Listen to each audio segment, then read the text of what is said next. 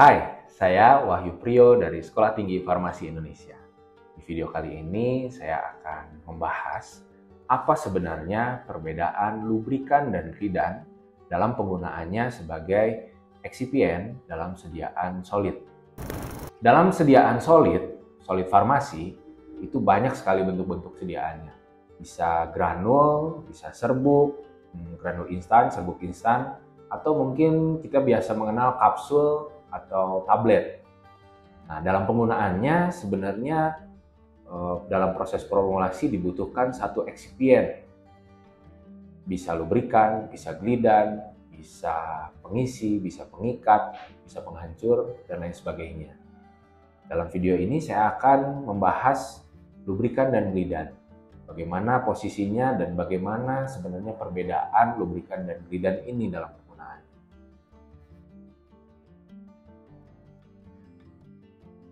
Dalam mesin tablet, kita mengenal ada namanya hopper. Hopper ini sebenarnya istilah awamnya corong ya, karena membuat tablet, membuat kapsul, mengisi granul ke dalam kapsul, atau mengisi granul ke dalam saset kemasannya, itu nggak bisa satu persatu. Jadi butuh satu corong penampung adonan, istilahnya, untuk mengantarkan si serbuk-serbuk tadi mengisi ke dalam cetakan. Dalam tablet, granul yang ada di dalam corong atau hopper itu diarahkan ke dalam sebuah cetakan yang kita kenal sebagai die, dan alat kempanya kita sebut punch. Permasalahannya adalah serbuk yang ada di dalam granul ini harus mengalir secara sempurna, mengalir bebas. Masalahnya, kalau tidak mengalir, maka dosis atau bobot dari sediaan dari tablet yang kita inginkan tidak akan tercapai. Apa saja permasalahannya? Kenapa si serbuk tersebut tidak bisa mengalir? Permasalahannya adalah kohesi dan adhesi di dalam serbuk tersebut. Kita mengenal kohesi adalah gaya tarik-menarik antara molekul yang sama atau sejenis. Kohesi ini dipengaruhi oleh kerapatan dan jarak antar partikel di dalam zat. Sebagai gambaran, serbuk yang akan mengalir itu akan saling bergesekan satu sama lain. Akibatnya ketika mereka saling bergesekan, saya gambarkan di sini serbuk, di sini serbuk, di sini serbuk, di sekelilingnya ada serbuk. Akibatnya adalah mereka akan saling mengganjal, akan saling mengganggu satu sama lain, karena adanya interaksi antar partikel yang sejenis, sehingga menghambat proses aliran dari hopper ke dalam cetakan. Masalah yang kedua adalah adanya adhesi. Adhesi ini adalah gaya tarik-menarik antar molekul yang tidak sama atau tidak sejenis. Kita bayangkan ini hopper, kemudian ada partikel di sini.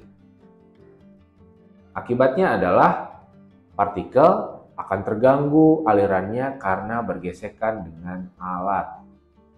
Sehingga dibutuhkan suatu bahan atau eksipien atau bahan tambahan untuk mengurangi gaya kohesi dan gaya adhesi dari serbuk tersebut.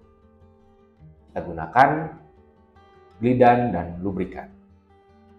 Lubrikan berfungsi mengurangi gesekan antar tablet dan dinding punch, dan antara tablet dengan dinding die, serta antara dinding die dan dinding punch. Sehingga lubrikan digunakan untuk mengurangi gesekan antara serbuk atau massa dengan alat. Sedangkan glidan itu digunakan untuk mengurangi gesekan antara serbuk dengan serbuk.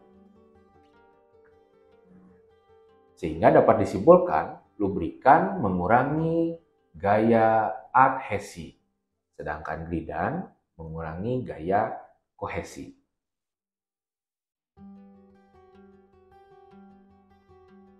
Dalam simulasinya, dalam pengujiannya, itu ada beberapa pengujian yang harus dilakukan.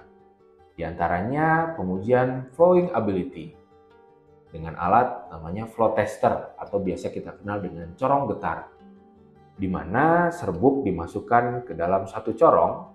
Ini serbuknya dimasukkan ke dalam satu corong.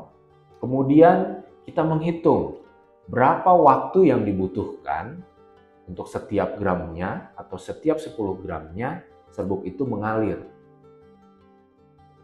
Nah, simulasi ini mencerminkan bagaimana serbuk itu bergesekan dengan alat.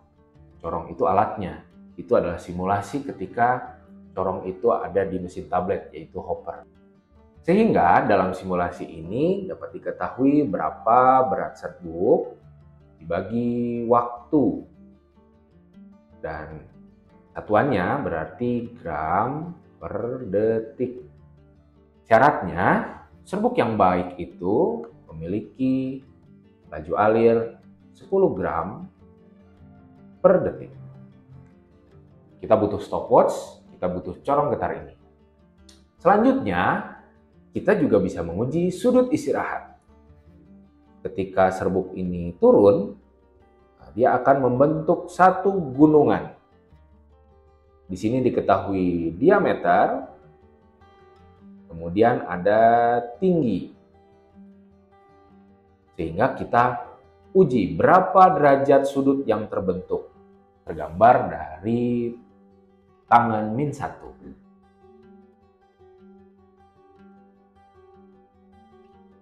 Ada beberapa contoh lubrikan dan glidan yang biasa digunakan.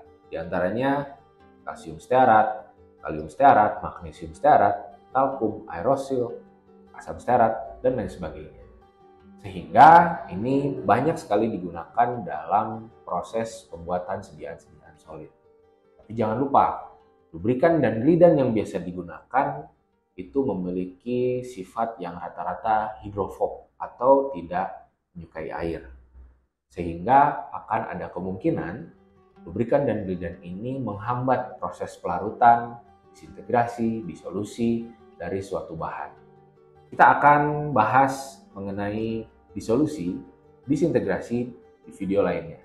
Demikian video saya mengenai apa perbedaan lubrikan dan glidan. Semoga bermanfaat. Kita diskusi ya. Silahkan komen di kolom komentar.